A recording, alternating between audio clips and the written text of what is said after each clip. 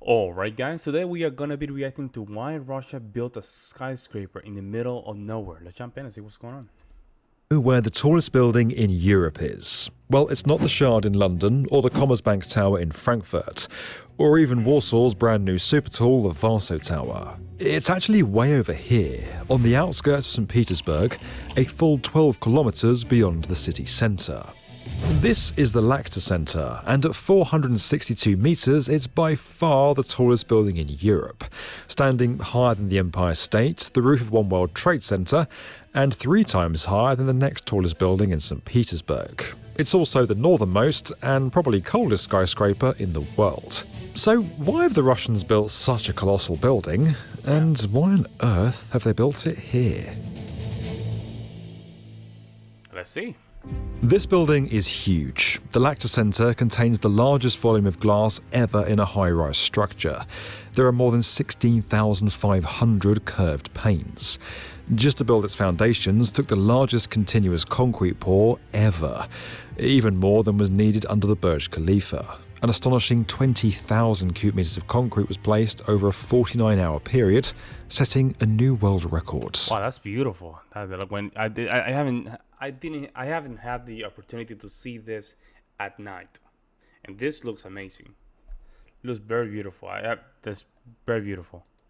Step inside and you'll find a sports center, shops, restaurants, offices, even a planetarium. That striking twist in design made it one of the most technically difficult skyscrapers ever constructed. The building's actually at its thickest about a third of the way up, around level 17. Here, the diameter bulges by more than 2 meters beyond what it is at the base. Now, the tower's unique form takes its inspiration from the footprint of this fortress, a castle built by the Swedes in 1611 and sitting in what is now present-day St. Petersburg. That shape is then rotated a full 90 degrees from the base up to the very top of the spire. It means that every floor is slightly different to the one below it, and while that posed numerous challenges for the construction team, it's a shape that actually helps trick the wind, dispersing the considerable wind loads at such a height. That's actually why many super talls aren't simply rectangular blocks. The wind would bat them about like a tall post in a storm. Having clever forms that are rounded or taper is actually... Yeah, so basically the wind would not hit them straight up, right? So the wind will just go like this, right? Instead, so if it is like this, right? So the wind will go like this. If it is square, right? Let's pretend this is square. It will hit them right at it. Be good for stabilizing the structure. Typically, a building of this height would require a damping system to keep it from swaying, but because of its unique shape, the Lacta system doesn't need that. The northernmost skyscraper in the world also faces another, not entirely unexpected problem. The top of the spire has an open mesh to allow wind to pass through, but while that also helps with overall stability, it means that ice can accumulate here and potentially drop 460 meters to the streets below. Damn. A number of measures were taken to prevent that from happening, including special ice catching frames which were rigorously tested beforehand. Some of the ice is even collected and reused for the air conditioning. Wow, now, what? unsurprisingly, building the world's northernmost skyscraper took incredible technical skill and knowledge in the field of engineering. If you're curious about what it takes to gain these skills, or want a glimpse at some of the complex math behind this spiraling super tool, then you could get a start thanks to this week's video sponsor, Brilliant. Now, let's get back to the Lacta Center. Now, from a distance, the building looks like a ship setting off into the Gulf of Finland. But others have pointed out that it looks like a flame, which would be quite apt, as this building is the headquarters. I thought it looks more like a pencil, right? Like a pencil? Not like a candle, like a flame. I would not say that. When I first saw it, the first thing that came to my mind was, oh, that looks like a pencil. So what was once the largest natural gas company in the world, Gazprom. Gazprom is Russia. It's the biggest company in the country by far, and has all sorts of problematic links to the state of Russia and how Russia asserts itself on the rest of the world. But that's too many oligarchs for us to get into in this video. The point is that this skyscraper, while housing offices for the country's largest company, also serves another purpose. It's a symbol. Towering 462 meters above the Gulf of Finland, its top 117 meters is actually unusable space and is just the spire. That's the part of a skyscraper that's typically called vanity height, and it serves no purpose other than to extend the height of the building. Now, while this isn't the worst example of vanity height, that would arguably be the Burj Khalifa's 200-meter spire, it does illustrate how important it was for Gazprom that this building not only dominates St. Petersburg's skyline, but also that of Europe. The skyscraper is intended to anchor the start of That's basically the president of Russia saying, like, I want to send a message. New modern opinion, city like, away from the historic center of St. Petersburg. There are actually plans for 2 more skyscrapers next to it, standing 500 meters and 700 meters tall respectively.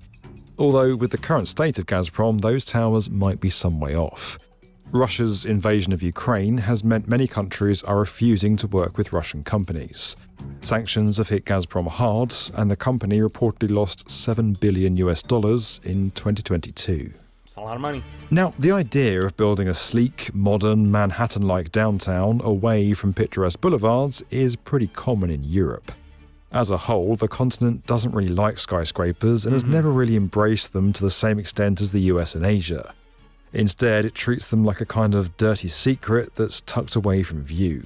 Wow. Paris has its La Défense, London has distinct clusters like the City and Canary Wharf, and Milan has the Porta Nova district. Russia, meanwhile, has maybe one of the largest examples of this already, with the Moscow International Business Center, or Moscow City. Yeah, it's crazy. Every time that I see Moscow, it's unreal. It's beautiful. It's beautiful. And I lived in a couple cities in the United States. I lived in Manhattan. Not Manhattan, New York City, and you have a lot of cities that are inside the boroughs. Like you go to Queens, Greensville, what do they call it? Whatever. So in Queens, we have buildings like this in downtown Brooklyn, Manhattan, and if you go to Milwaukee, where I used to live, you have buildings like this in Chicago, Massachusetts. But the thing about Moscow is that it's the distinct shape of these buildings. It's just amazing. They just have their own personalities. First conceived in 1992 after the fall of the Soviet Union, Moscow City is a designated area of the Russian capital for skyscrapers. Once an industrial wasteland full of abandoned factories, the area is now home to the highest number of skyscrapers on the continent, with 6 super talls all right next to each other. Just this area alone contains 7 of the tallest buildings in Europe.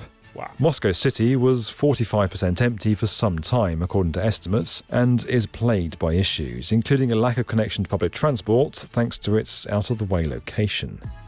With Russia's invasion of Ukraine set to wipe 15 years off economic progress for Russia, the future isn't exactly bright either. Many companies have left the country and closed up their offices in Moscow City. Europe's other financial districts are facing an identity crisis in the wake of it's all over. It's not only Russia, it's all over. The work-from-home revolution and the post-COVID slump in office occupancy rates. Canary Wharf in London is having to rebrand itself and build more and more residential high-rises. We're seeing cities around the world move away from the idea of zoning, of having separate areas where people live, work and shop. Mixed-use districts, where all of these activities and types of buildings can exist in one place, are what people want and what people now expect. So what's to be done with the Lacta Centre? The other skyscrapers meant to surround it may never materialise, but it remains an example of impressive engineering and incredible vanity. Show off. Even if there isn't much else around it. This video was sponsored by Beautiful video. Yeah, I think that building is one of those unique ones. I mean, I never seen a building like this. The first time that I saw it was actually when some of you guys recommended in my comment section. I was like, wow, really? It's incredible, man. It's beautiful. Hopefully, Russia can keep improving, making more buildings like that. Put a little bit of that Russian twist to it. But let me know what you guys think in the comment section below. And in the meantime, guys, I'll see you in the next one. I'm out.